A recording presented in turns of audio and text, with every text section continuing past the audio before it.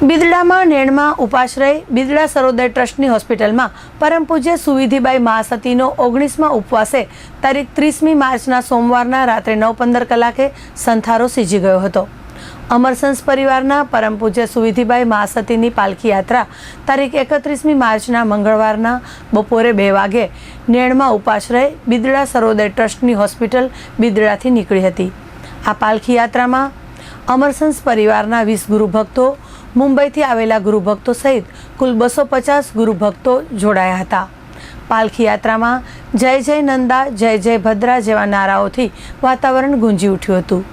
પાલખી યાત્રામાં ₹15,51,000 જેટલી માતબર રકમના વિવિધ ચડાવા બોલાયા હતા, જેમાંથી સાધુ ભગવંતો અને સાધ્વીજી ભગવંતોની વયાવચ માટે ₹11 લાખ જેટલી માતબર રકમ અપાઈ હોવાનું માંડવીના સામાજિક જૈન અગ્રણી અને સમાજરત્ન એવોર્ડ વિજેતા દિનેશભાઈ મણીલાલ શાહે જણાવ્યું હતું।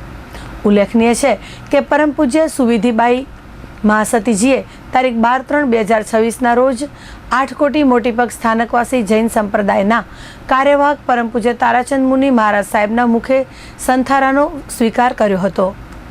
સુવિધિબાઈ મહાસતીજીના સંસારી પતિ ડુંગરશીભાઈ ટોકરશી વોરા નવીનાળવાળા અમરસંસવાળા અને સંસારી પિતા માલસીભાઈ છેડા કાંડાગરાએ પણ સંથારો લીધો હતો।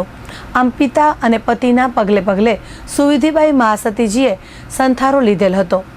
મંગળવારે સાંજે 4:30 વાગે તારામતી યોગા હોલ બિદડા સરોદય ટ્રસ્ટની હોસ્પિટલમાં બિદડા સરોદય ટ્રસ્ટના ચેરમેન વિજયભાઈ છેડાના પ્રમુખ પદે અને કચ્છ 8 કોટી મોટીપગ સ્થાનકવાસી જૈન મહાસંઘના પ્રમુખ વિનોદભાઈ મહેતા અને કચ્છી વિશા ઓસવાળ જૈન મહાજનના પ્રમુખ જીગરભાઈ તારાચંદભાઈ છેડાના અતિથિ વિશેષ પદે યોજાયેલ ગુણાનુવાદ સભામાં માનવ મંદિર બિદડાના પ્રણેતા અને 8 કોટી મોટીપગ સ્થાનકવાસી જૈન સંઘના કાર્યવાહક પરમ પૂજ્ય દિનેશ મુનિ મહારાજ સાહેબ, 8 કોટી મોટીપગના કાર્યવાહક પરમ પૂજ્ય તારાચંદ મુનિ મહારાજ સાહેબ, રેખાબાઈ મહાસતીજી અને સુનીતાબાઈ મહાસતીજીએ સુવિધિબાઈ મહાસતીજી વિશે ગુણાનુવાદ કરેલ હતો।